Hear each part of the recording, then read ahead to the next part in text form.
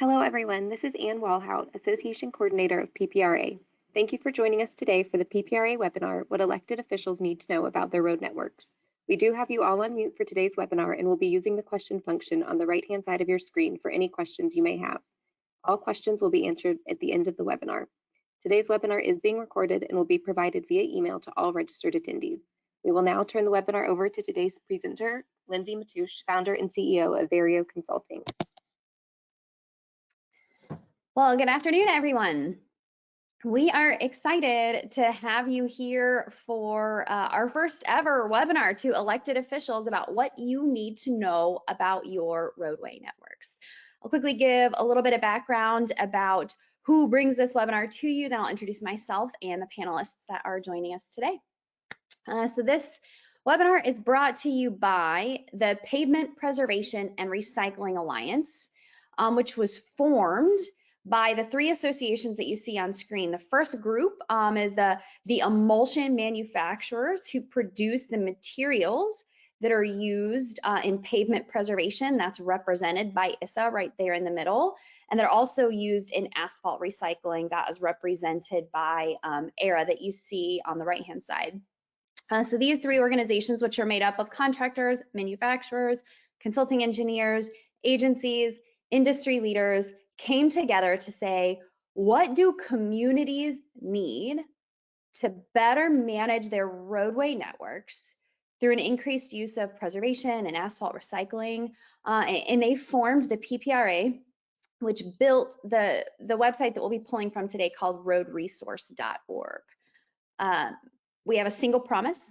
Everything that we do as an organization is designed to deliver against this idea. We empower agencies, or in this case, communities, to be the best possible stewards of their road networks and their taxpayer dollars. My name is Lindsay Matoush. I am the founder and CEO at Vario Consulting, and we are the strategy and creative group that worked with the PPRA to bring you Road Resource. We have the opportunity every year to interview and educate literally hundreds of roadway managers all across North America, to listen to the questions that they have, the struggles that they have, and more importantly, to see those roadway managers who are really leading their communities to have improved roadway networks. And so what we bring to you today is their learning, and this webinar was at their request. Many of them shared with us, and one of the things that we have learned over the years in doing this work is that elected officials are game changers when it comes to a community's ability to actually gain ground in its roadway network. And so we'll talk about what that means, and they asked us to bring this webinar to you to help kind of share some of the thinking that's guiding them.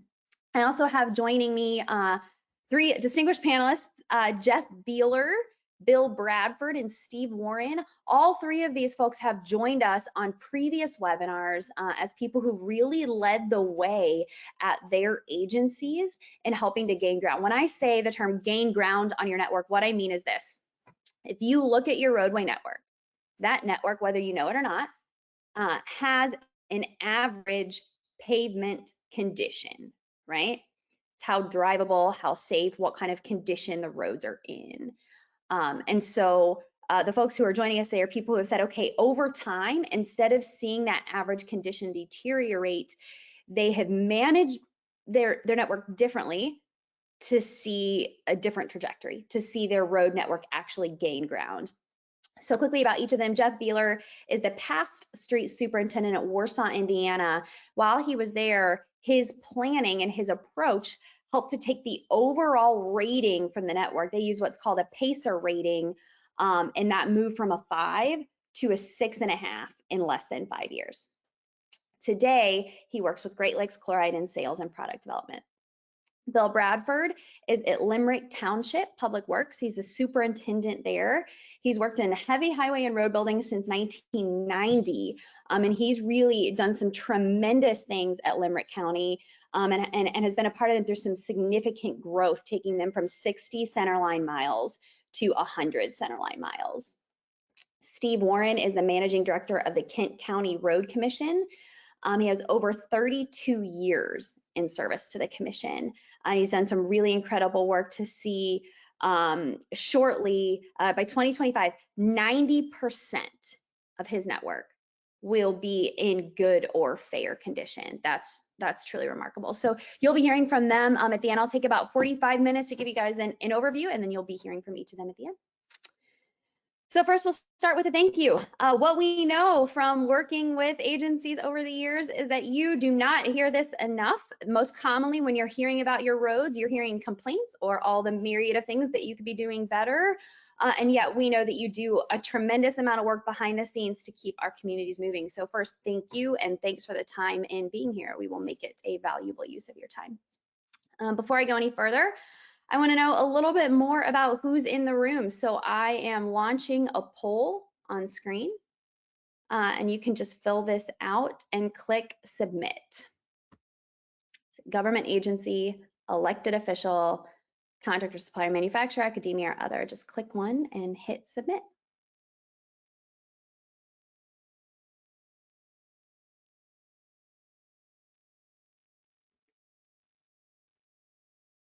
Give you just another couple seconds.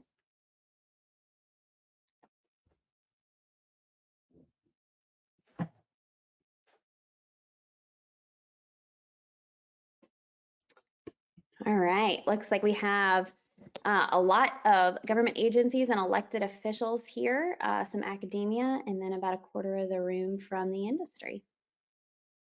Next poll, I'm going to do one more, and that is this. How familiar are you with the needs of your road network? 1 being not that familiar, 5 being very familiar.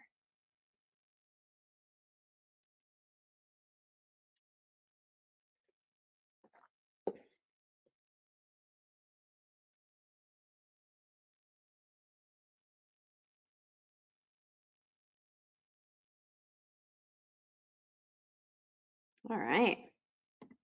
See a pretty good distribution. I'll share that real quick. So we see quite a few people pretty familiar with the needs of your roadway network. This is actually a pretty informed group. Quite frequently, we see more people in the 1s, 2s, and 3s. So hopefully some really good information to help you move forward today. And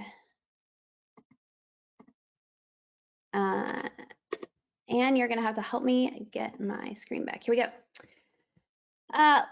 Next thing I want to know from you all is, what are the greatest struggles your network faces? So if you will put that in the questions, I would love to just see the greatest struggles that you face when managing your road network. That will help me think about where to spend time the rest of today. So go ahead and type that in the questions, and I'll pay attention to that as we go.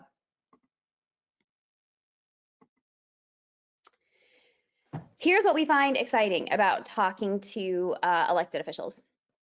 What we know is that for most communities, or at least many communities, their most valuable asset is their roadway network.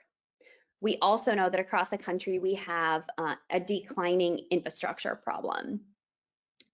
We also know that it doesn't have to be that way. The folks who are joining us on the panel today and other agencies around the country, we see incredible examples of them, in many cases, taking the same amount of money and managing their networks differently to see improvement over time.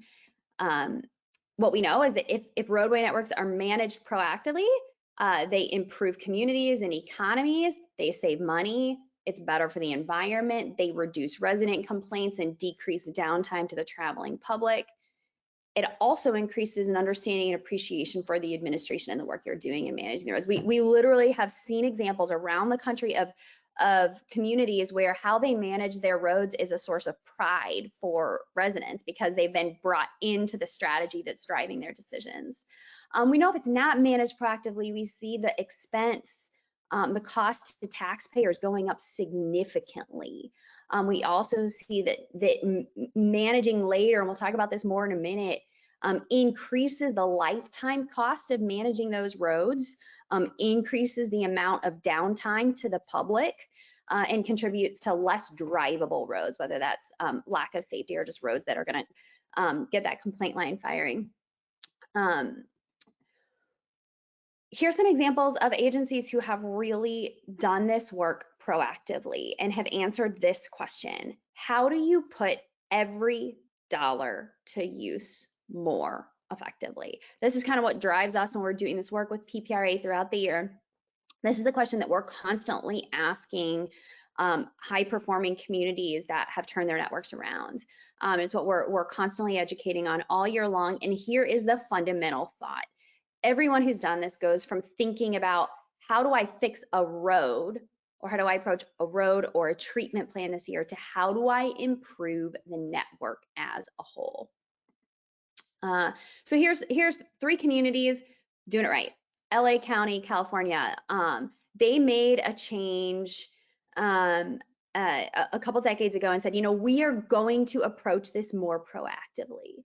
And they're obviously a very huge network. But over the course of 10 years, they were able to increase their average network condition by 10 points. That's really significant in terms of the quality of the roads that you're driving. They also saved $29 million and reduced greenhouse gas emissions by 32,000 tons. Lexington, Massachusetts, a little bit smaller, over 10 years, increased their average condition by 17 points. If you don't kind of have a grid for what that means, think about roads being in sort of average condition to roads being in actually really good and drivable condition. They also, another way we think about how we're managing a network is the backlog. How many roads are there waiting for attention?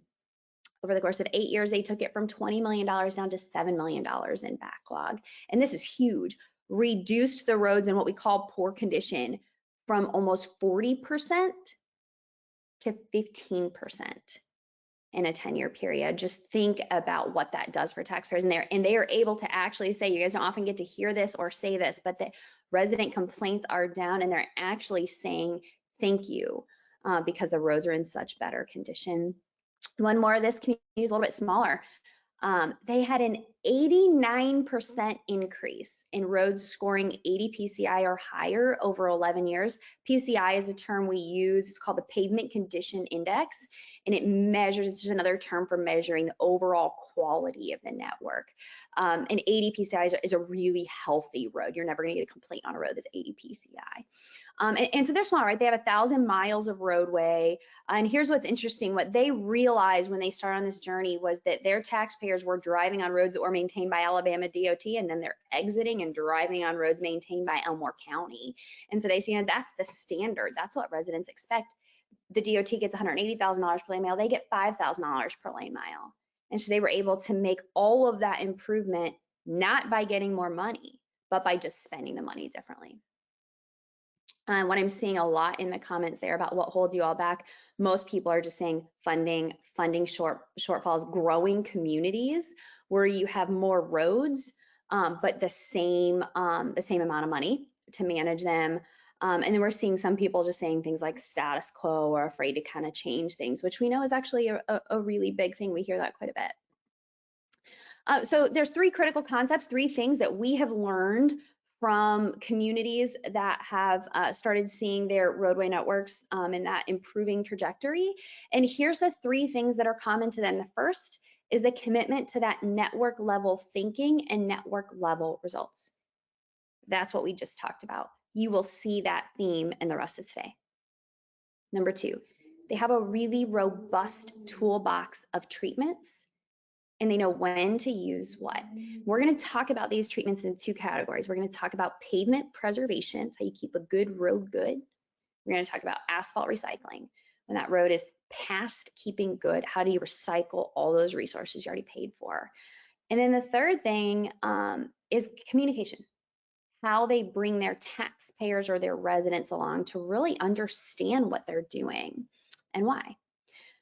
So we'll take them one at a time. First, we will talk about pavement preservation and the idea of keeping your good roads good versus what we call worst first thinking. This is one of the first switches that all of these folks make.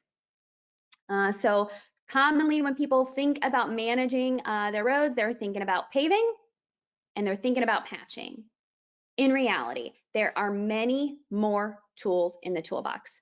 Road Resource, the website that I mentioned earlier, has 18 treatments alone, and we see people using combinations of treatments and all kinds of creative things. So the broader your toolbox is, knowing when to use what, the better able you are to make every dollar work harder for you. We're not going to get too heady on this, but we are going to talk about the pavement deterioration curve. This is a really cool concept to understanding the value of pavement preservation. And here's the idea. So let's say a road has somewhere between a 12 and 20 year lifespan. Every community measures this differently. There's a point of accelerated deterioration, right? The first 75% of that road's life, it's going to deteriorate about 40%. The next 15 it deteriorates another 40%.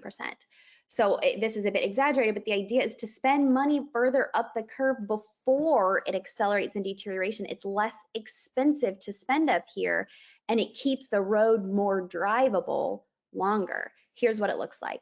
Rather than just letting that road fail and building a new one, we think about small interventions earlier in the road's life, right? So up here, we preserve a good road and keep it in good condition. And what we know is that $2 spent up here or $4 to $8 spent here in that kind of rehab space prevents us from spending $12 to $18 down here once the road is really deteriorated. What you can see is by doing a series of interventions and preserving the road, it's a lot like changing the oil in the car instead of changing the engine every time the car fails, right?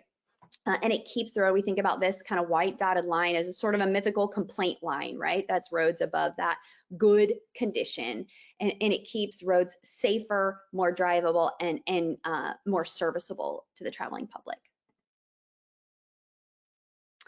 The next thing we'll talk about is worst first management. So if you contrast the idea of pavement preservation, how you keep your good roads good, the flip side of that is actually most communities' default. And that is the idea of worst first thinking. That's where we tackle the worst roads in our network each year. The problem with worst first thinking is that it's the most expensive way to maintain your roads. These are the most expensive invasive treatments that keep roads not serviceable for longer. So if I spend the majority of my budget addressing the worst roads in my network, what happens is each year I'm not able to keep my good roads good. So each year they get a little bit worse, and each year I have more red roads or more problem roads in my network. And the more I spend my money there, the more I'm actually exacerbating the problem. Here's what that looks like in action. So this is one road.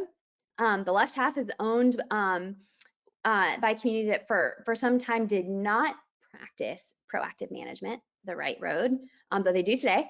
And the right road is exactly what pavement preservation looks like, keeping the good road good. So it's a great visual to think about what do taxpayers expect and how do we see more roads in the network looking like the road on the right more frequently. How do we break that down into cost?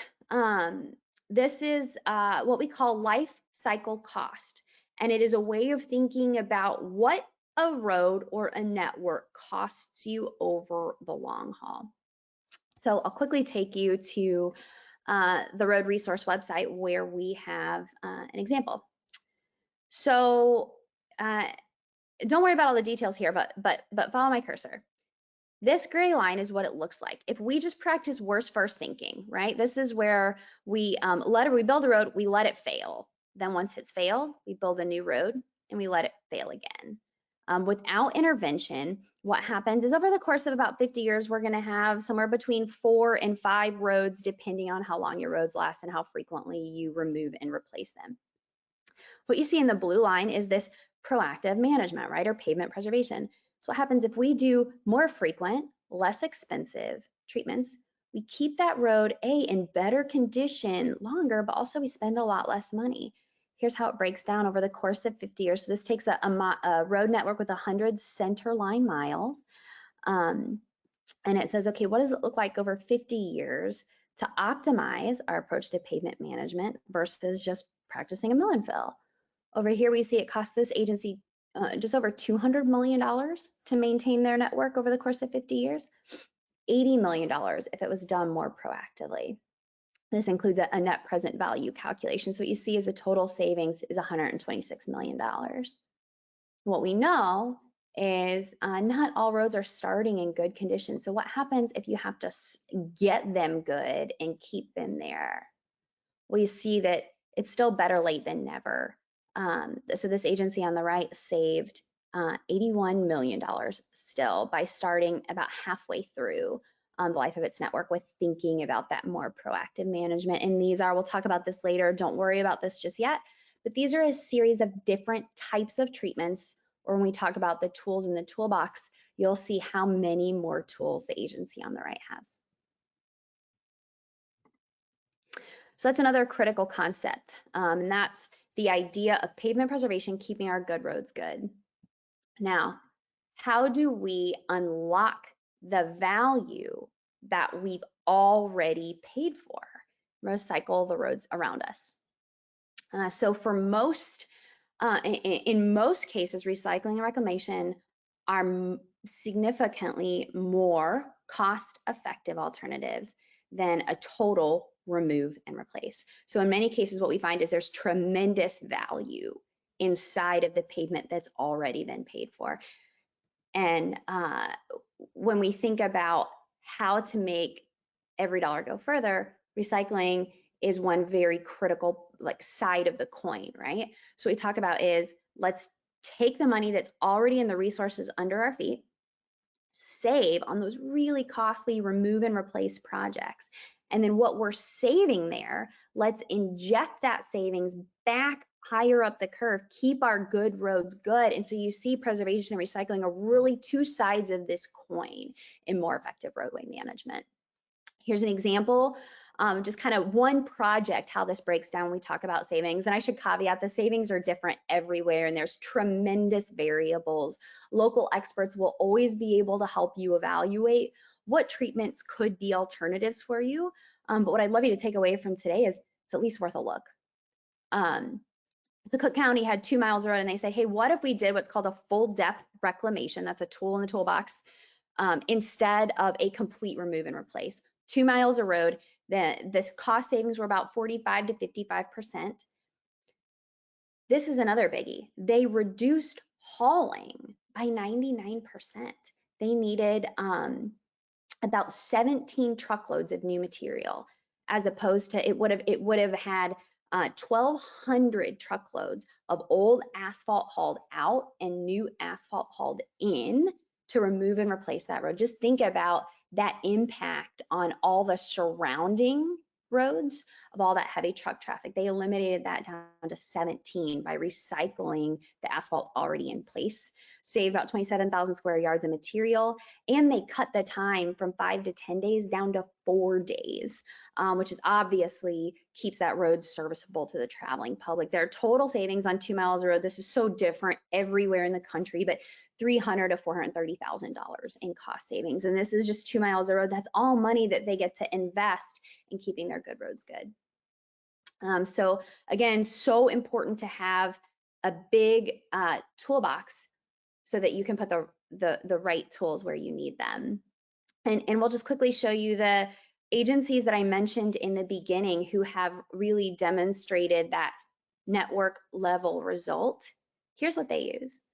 So LA County had, this is actually a slide from one of their presentations. They had 3 commitments to the treatments that they were going to use on their roads and their overall approach to network management. 1, take care of their good roads first, keep them in good condition. 2, use recycled materials when deciding which treatments to use or which tools in the toolbox to apply. And 3, reuse existing materials in place. And then we'll quickly just show you Lexington, Massachusetts. These are the folks that saw 17-point gain in 10 years. We're not going to go through the details, but you can see here, they have a really expansive toolbox of treatments all across the curve, everything from crack seal up at the top to full depth reclamation, which is a really great substitute for complete remove and replacing of roads. In Elmore County, Alabama, same thing. We see this over and over and over again, and the panelists that are joining us today can speak to it. They all have really robust toolbox of treatments that they use in improving their roadways.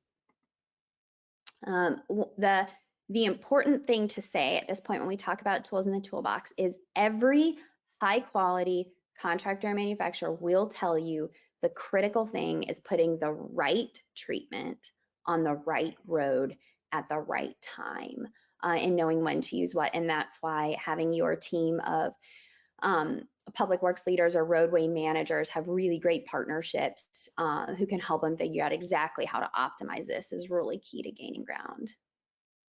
So the last thing we'll talk about is protecting the plan. When we hear again from agencies that their elected officials are game changers in how they're able to do the best work for their communities and make the best use of taxpayer dollars. So one of the biggest things that they share with us is the importance of you all knowing the plan, having the plan, championing the plan. And we'll talk a little bit about expectations here. So this is a cool example from Matthews, North Carolina. And these folks were able, as they started doing more of this planning and thinking, to predictively go, okay, what can we expect out of our network? And this is such a valuable tool for electeds thinking about what do we need out of our roadway network to support the growth of our community, to support the growth of commerce, to attract people to live here. What do we need out of our roads? We can really predictively look and say, okay, these guys were able to say at $550,000, no matter how well we spend it, we're losing ground. All right, if we can increase that budget a little bit, we can lose less ground. In order to maintain the condition of roads that we have, we need to be spending about $880,000 a year, and if we want to see gains, we need to spend that 1.2. So they were able to make the decision. They couldn't find the full 1.2, but they were able to make that decision to increase the budget to 660, just to lose less ground. Here's another.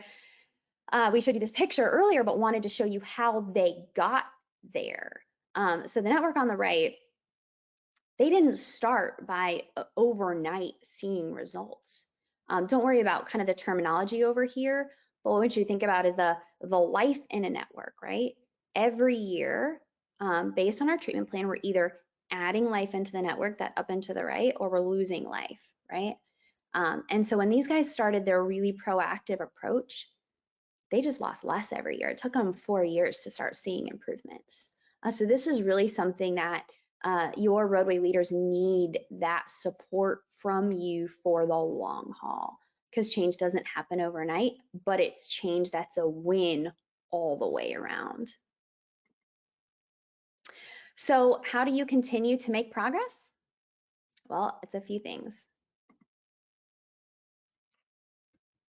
First, create the plan and protect the plan. 2, expand the treatment toolbox. This is one of the first things that agencies start doing. 3, collect network level data and measure results. In order to know whether you're gaining or losing ground, we have to know the health of that network each year. And then lastly, communicate with the public and keep them apprised. What we see quite frequently is in communities that aren't actively and proactively communicating with the public from the entire department, is the majority of interaction that you're going to have with the public is complaints and lack of understanding. When you are out there proactively talking about your plan, you actually make your roads a source of pride and make it a win for communities. So we'll tackle that last one now, and then we'll turn it over to the panel. So communication. Without great communication, what we hear on the left is, why are you fixing that road and not this road? My road is in worse shape than that road, right? They don't understand the point of pavement preservation if we haven't taught them. There's just too much construction. We need a brand new road. Or you care more about that neighborhood than this neighborhood, or people are constantly looking, as you know, through that lens of my taxpayer dollars and what those are getting me and what I expect from it. In reality, here's what you're doing.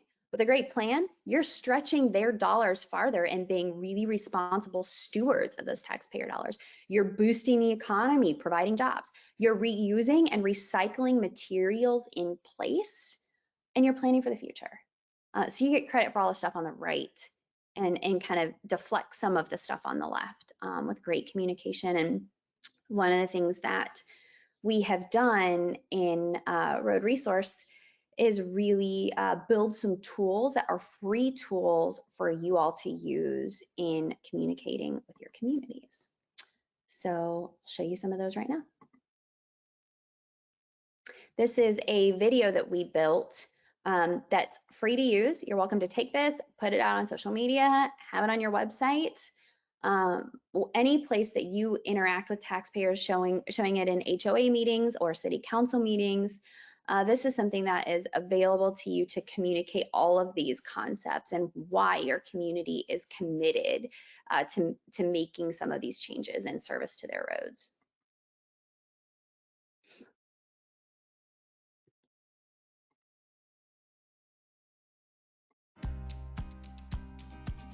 So you've got an asphalt road. Every year, that road gets a little further from new. Left untreated, that pavement will only last 10 to 15 years. Some cities and counties wait until the road is in need of major repairs before they remove and replace the pavement. That type of fix gets really costly, especially considering all the roads in a network, each getting closer and closer to failure and closer to expensive intervention. This drains the budget and puts the whole network on the path to deterioration. But some agencies are getting 40 years of life or more from their asphalt roads. By preserving pavement with cost-effective surface treatments, communities are keeping their good roads in good shape for much longer. That saves the budget and the network in the long run, and there's less downtime for major construction, which keeps residents happy. Still, some roads are past the point of preservation. What to do with deteriorated roads? Why not recycle the pavement you've already paid for? Asphalt recycling treatments build roads with equal strength at a fraction of the cost, helping agencies save resources big time. Plus, both preservation and recycling cut down on greenhouse gas emissions and material waste.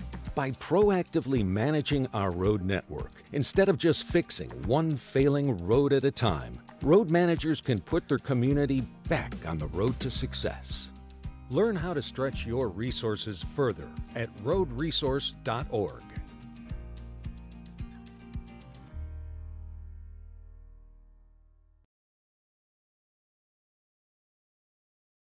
So again, that video is free and available for you to use and download on roadresource.org. Okay, so a few more communication tools for you, again, available on the website. These were, again, at the request of agencies. So one of the things I want electeds here to hear is just how much agency leaders, roadway planners share with us, they get pressure from taxpayers. And so again, in the goal to arm you with proactive communication and to equip you to get a win for all the smart choices you're making about your roads, here's a new cadre of tools. You are actually the second group of people to see these. These will be available on the website shortly. And this is yard signs, door hangers, social media posts, and they help you engage your traveling public in some of the exciting things and decisions that you're making behind the scenes. One thing that we have learned over the years is just how interesting this stuff is to taxpayers. When they understand the idea of pavement preservation, that you can actually take a 15-year road and make it last 50 years, or that you can recycle the road in place, that stuff is fascinating. And they all obviously prefer you to spend their money well. So we came up with some cool tools that you can put out during construction to let your communities know what you're doing. And they say things like, we're keeping vehicles on the road and pavement out of landfills. Glass, plastic, asphalt, yes, roads can be recycled. Or extending the life of our roads and every tax dollar spent. Those can be downloaded. You can put your logo, your URL there, and use them at will. It's all free on the website. And then there's a bunch of social media posts that you can use to help the public understand why you're doing the treatments you're doing at the timing that you're doing them. And then there's a press release. We have seen some really neat examples of communities deciding to talk about, hey, we're recycling that road, or hey, we're keeping that good road good, and using that as another proof point of delivering on your sustainability goals, or how you're taking great care of the assets under your care.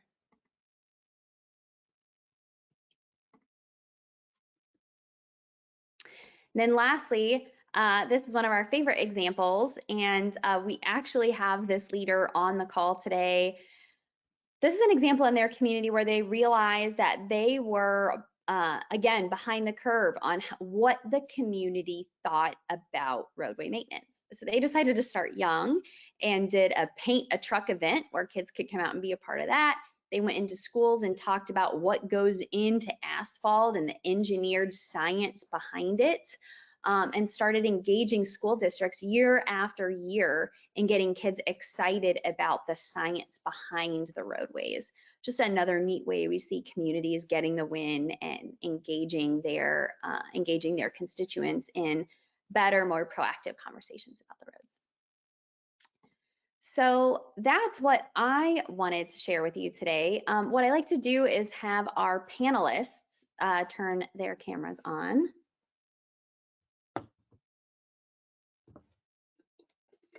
And we will ask them some questions. All right, Matt Jeffers with Ergon Asphalt and Emulsions, served with the Tennessee Department of Transportation and the Concrete Paving Association of Tennessee. So he's also here and has done a lot of work with communities.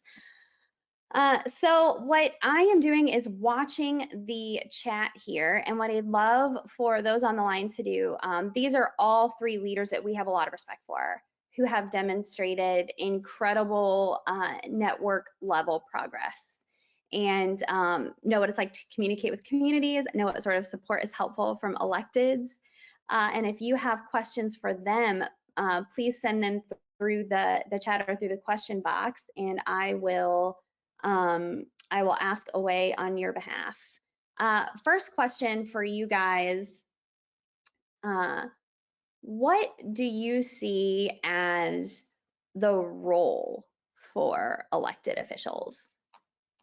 And I know that everybody tells us that it's just super important and that they're game changers. Can you share a little bit about the role for elected officials and what has been really helpful to you, or maybe some kind of lessons learned and how important it is to work with electeds in roadway management and planning? I'll start with you, Steve, if that's okay. Sure. Well, ultimately, the board, the elected official, needs to be responsible for approving the annual budget. I think that's the most important function that they serve. So when they approve that budget, they need to do so with the knowledge of what is going to be the impact of spending on vehicle maintenance or facilities management or any number of things, including managing the road network. So it's incumbent upon the board to, I think, have an understanding of the impact of that budget. And the budget is basically a plan to spend money. And so with regard to pavement networks and pavement management, I think they need to have an understanding, and maybe ahead of approving that budget, what's the condition of our road system today? Yeah. And I think that's where the planning process starts. I think they need to know or have gone through an exercise of knowing, what's our pavement management strategy? Are we investing heavily in only reconstruction? Is there going to be a certain portion of pavement preservation that we're incorporating? Essentially answering the question of, well, where are we headed in the future? because this year's budget is just another step in that progression. And then ultimately understanding kind of that mix of fixes so that they have an understanding and appreciation. Well, we're only going to reconstruct a couple miles, but we're going to put about 3/4 of our investment in preservation and understanding what that impact is. So ahead of the budget, they need to develop a plan. And the plan needs to be reflected in that annual budget, and so that they have a greater understanding of what's the impact of those annual spending levels and what are they trying to achieve in the future. I like what you said, Steve, too, about this year's budget is just a step in the overall plan. And I think that's another takeaway that I have from interviewing agencies all year long is the ones who, again, are seeing that progression or that network gain are really not just thinking about how am I spending the money this year, but what's this year's role in next year's success and 10 years down the line, where are we going to be? Right. You know, our pavement management plan, more or less, does look out at about a 10-year horizon. So each and every year that they approve that budget, they know it's just another step on the ladder, so to speak, to get to where they want to be. Yes. Thank you.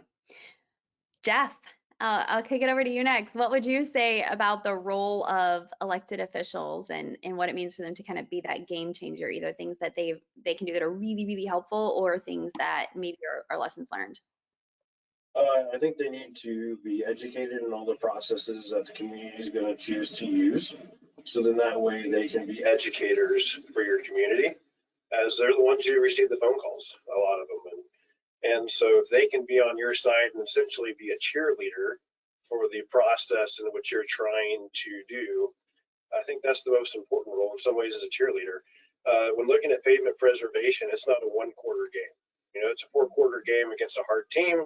It's going to be a long fought battle, and they need to realize that you're not going to have your road network go from where it is to where you want it to be by halftime.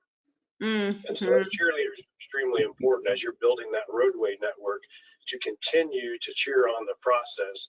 That way, when you get to the 4th quarter, then you can all celebrate together the success that your community has had by performing and keeping on with that plan that was developed 4, 5, 6 years ago. So being a cheerleader is huge. I think setting realistic goals that are achievable, and then when you reach those goals, to celebrate them big time publicly, and celebrate your staff that help accomplish those things, and let the community know, because of their perseverance and patience in following that plan, we won this goal. Let's set our next one and go to achieve it as well. One mistake I think that gets made is sometimes we'll go out and promote these things as new processes, new things that are out there, and really they're not. They are processes that are proven and true, and they've shown that they're successful. They just may be new to our community. And so how they go out and approach not new as a whole. Yeah. Sure, yeah. When you go out and speak about these things, don't say it's some new process we're going to be trying out. We're actually going to be implementing processes that are proven and show that they're going to have positive results in the future.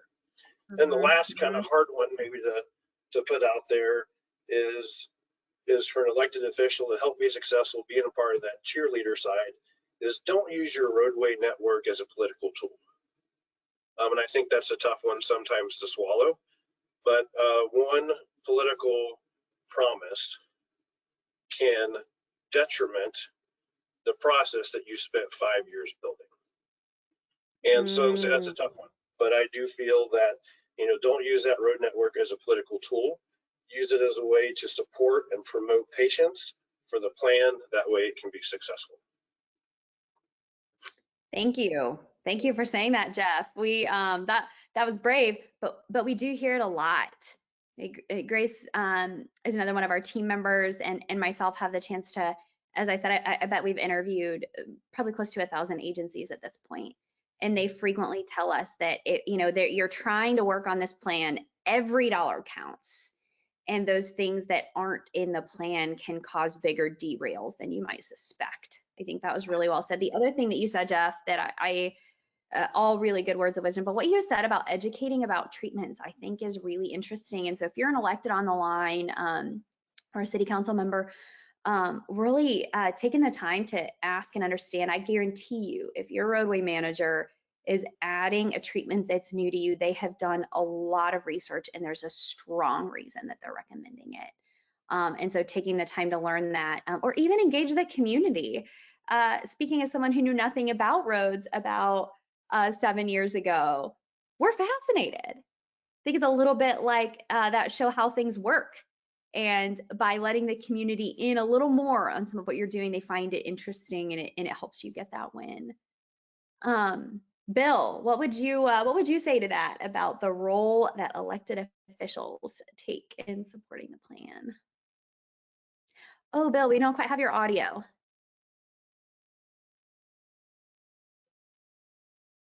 I'd like to thank Steve and Jeff because they pretty much said it all there. Education is what we have started a few years ago, and we elected the officials to know what maintenance tech we're using, why we're using it, and most of all, the cost effectiveness of that maintenance technique and what it's for, and the long-term effects of that technique. And like Jeff said, them being on your side and them knowing and having an idea of what we're doing and why we're doing it is huge. And then, as Jeff said, when the phone calls come in, they know, hey, they can say, listen, it's this is why, this is the cost effectiveness of that, and so forth and so on. But what those gentlemen said is repeated. It's the best technique, I think, would be education and their roles as far as the budget goes as well. But the more educated they are, the more lenient they will be with your budget and understanding what you're doing and why you're doing it. What you said about the cost effectiveness of these treatments, I think is really great. And I'm thinking about the tool on Road Resource that's called the Sustainability Calculator.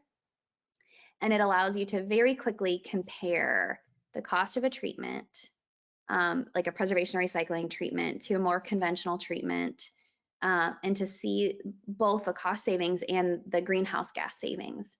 And, Bill, I think that's interesting. Thought of arming elected officials with what are we saving here? Or even time savings. Sometimes these treatments are big time savings. So what are we saving, giving them that? Steve, you leaned forward a minute ago. Did you want to make another comment on this topic before I throw another question at you? No, it's just shifting. Okay. And I'll just add, someone in the comments was saying at their county in Utah, they have really prioritized good commission communication.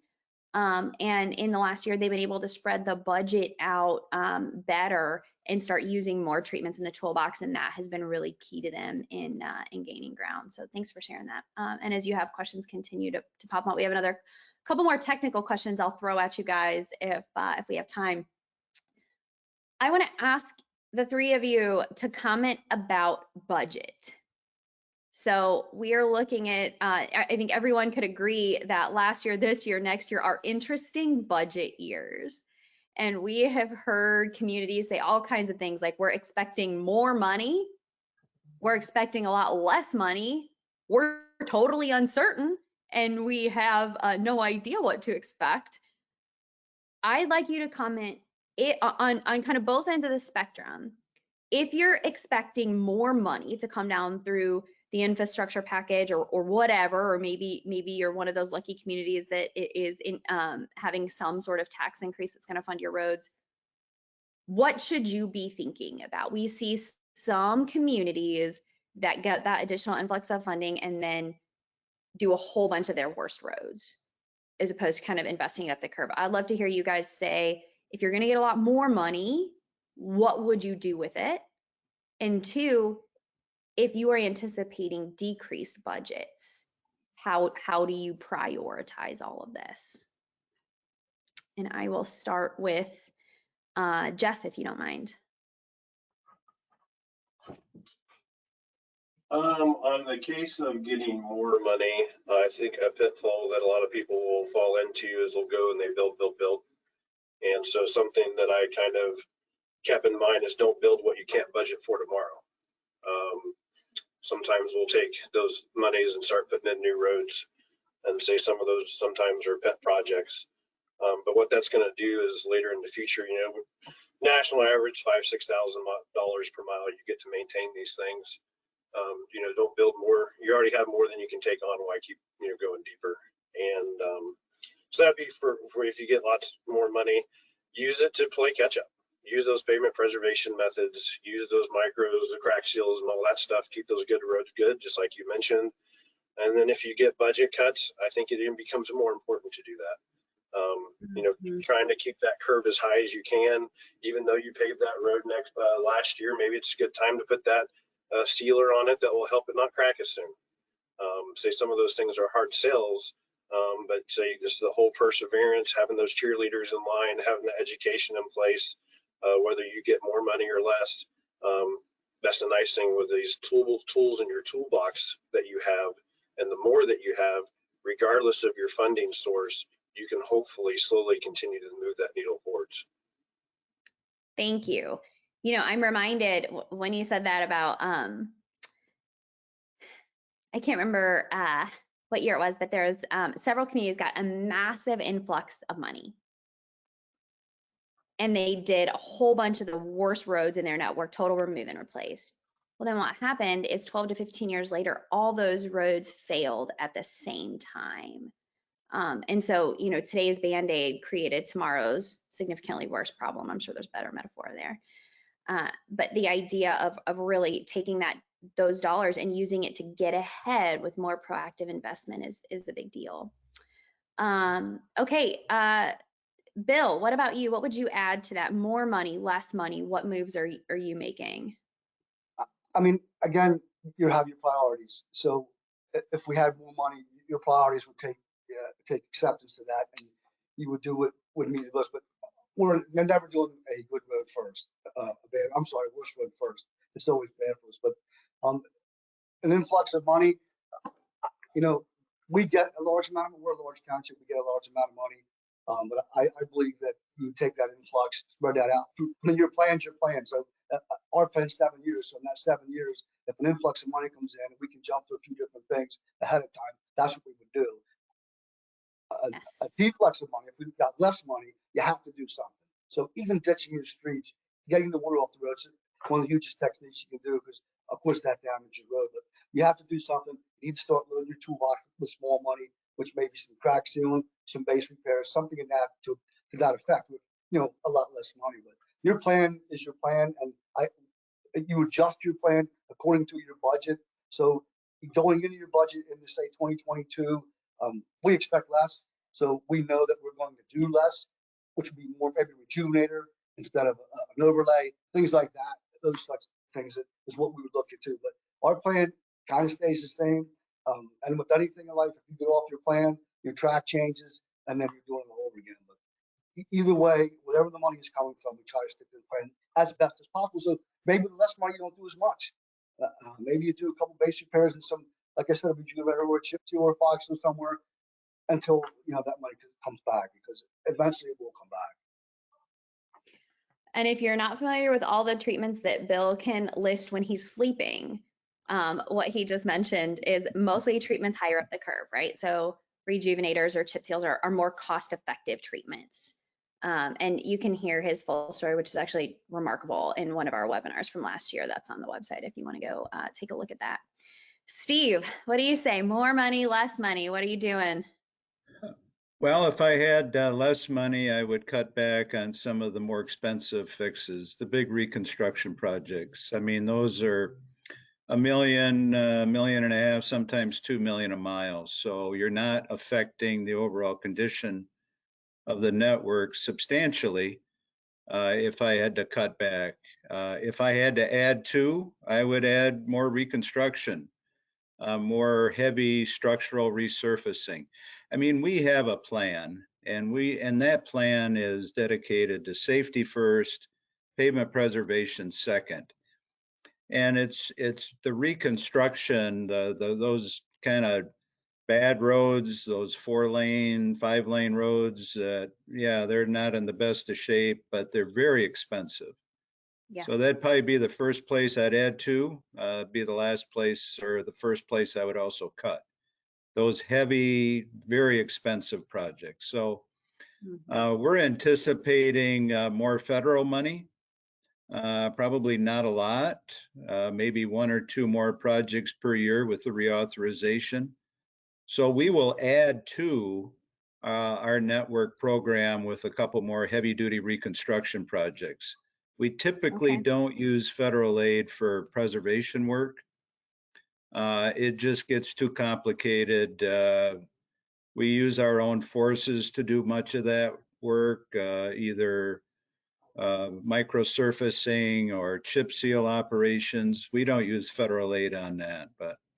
I see, because you guys can do a little bit more Yeah, in-house. And yeah, we have we specialize in that, but I would say reconstruction, and we try to do a few miles each year. I mean, I don't think you can get away from that. Your plan calls for eventually these heavy duty, high volume roads need to be replaced, but it's not the first dollar that we would spend on that kind of work. It's more the last dollar, so. Thank you. A couple questions that we're getting here. Yes, the presentation will be available online. All of our webinars are. And one question is, we all deal with changing elected officials. What do you recommend to a department director to keep the idea of this concept and ownership of the plan moving?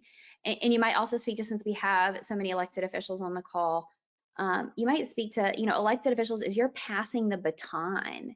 How do you make sure that the legacy that you started in supporting this effort or have been a part of continues to the next group of decision makers? Who wants to speak to that? Well, I can start because we just did a presentation for our board. It took about 2 hours. So we stretched it out at the end of 2 different board meetings, but we called it Roads 101. And basically it was an informational session for the board to understand, how are roads constructed? What's the basic cross section of a road? Anywhere from, the depth of pavement and base and sub-base all the way to different drainage types. And we really went through a series of just educating the board on the very basics of road construction, road preservation, what are the different fixes, the mix of fixes that we employ, how are roads rated, what does that deterioration mean and how does it happen? In terms of staff, I think, we have a dedicated board and executive team to pavement preservation.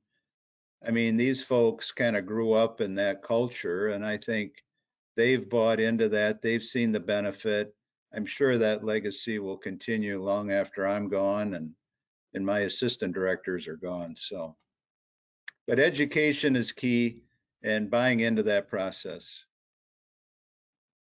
Jeff or Bill, we're almost at time, but do either of you guys want to add anything to that?